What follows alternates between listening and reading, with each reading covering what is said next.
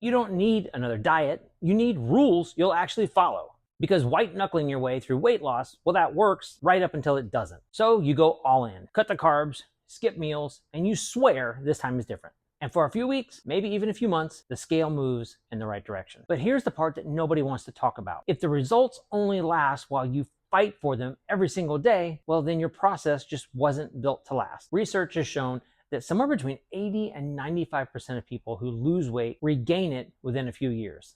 And that sucks. But it's not because they didn't try hard enough. They just didn't do a good job of transitioning from restriction to routine. And with the rise of GLP-1 medications, this conversation matters even more because appetite suppression without structure, well, that's just another way of white knuckling it. In this video, I'll show you why most weight loss fails after the diet ends, how to protect your metabolism and your muscle mass, especially if you're using GLP-1s, and the simple daily eating habits that make your results stick without relying on motivation. Before we get into those habits, I want to point something out. Have you ever seen somebody who survives on coffee alone? Like all their energy is coming from caffeine. We're talking 3 cups of coffee before noon. They're wired and looking productive. But by 2 p.m., they completely crash and they're getting lapped by turtles. Well, that's exactly what crash dieting looks like. It's artificial intensity. It feels powerful in the moment, but there's no system underneath it all. And without a good system, the crash is coming. And when you repeatedly crash, your hunger is going to spike and your weight starts to creep back up. You don't need more intensity, you need structure. So let's talk about the simple habits that most people are ignoring. Have you ever started your week out and you're great on Monday, but it completely falls apart by Thursday? You're tracking everything.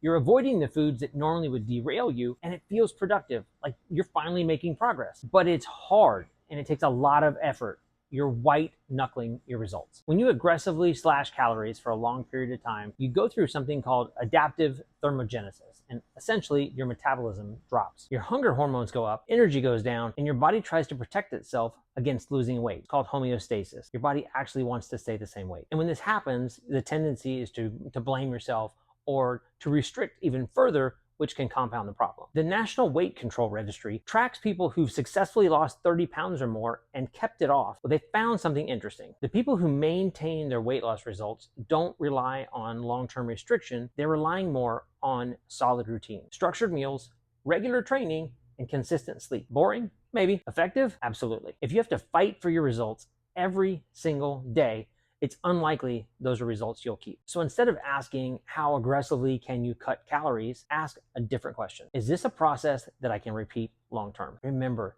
that consistency beats intensity every single time. Strength training. Now this one needs to be a non-negotiable.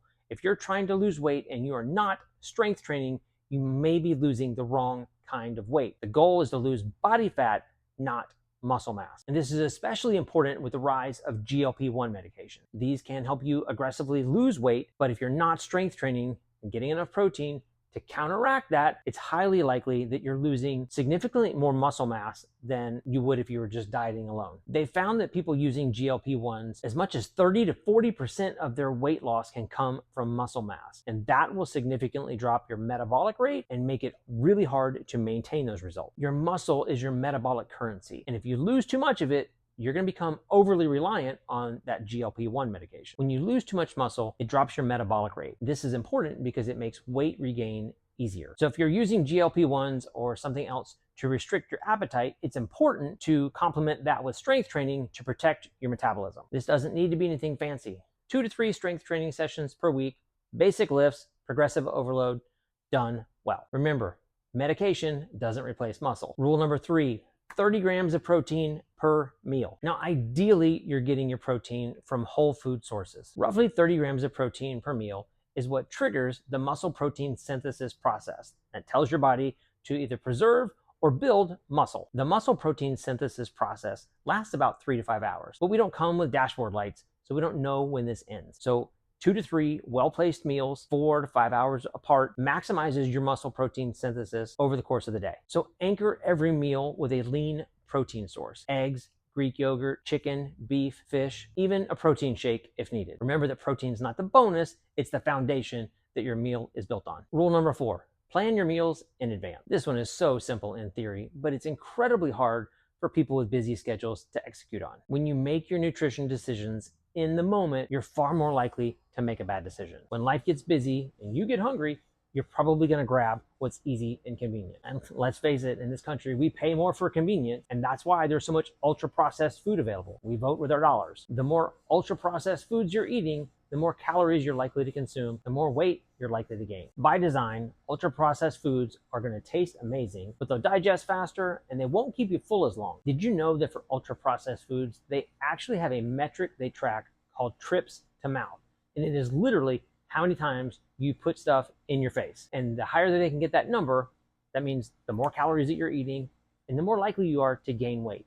And this is the standard that they're judging success by. Just be aware. But planning removes friction. And when you can keep healthy foods available, you're more likely to make a good decision in the moment. We're just talking about meal planning. We're not talking about prepping the entire week in advance. But when you have a plan and those foods are already in the house, it removes the decision fatigue that leads to bad choices. Rule number 5, set a bedtime. Be an adult. If your sleep is inconsistent, it's likely that your hunger will be too. Sleep restriction raises ghrelin, lowers leptin, and it increases your calorie consumption by about 300 calories a day. When your sleep is compromised, you're gonna have more bad food cravings. So protect your recovery.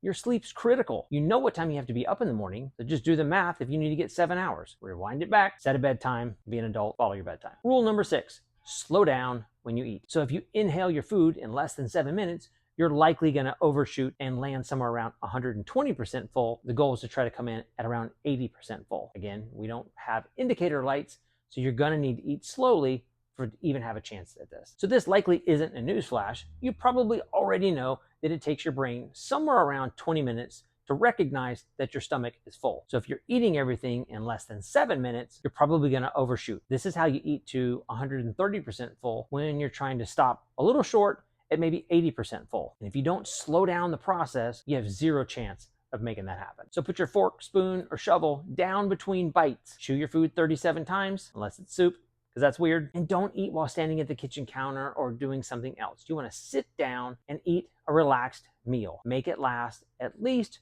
20 to 30 minutes. And finally, rule number 7, I want you to unplug weekly. You're not going to out-discipline a nervous system that's just constantly stressed out.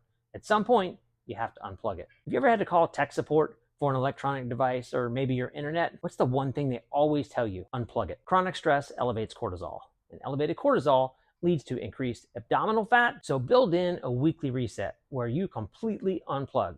No electronics. Fair warning, this can feel really difficult in the beginning. We become addicted to these devices. So start with 30 minutes.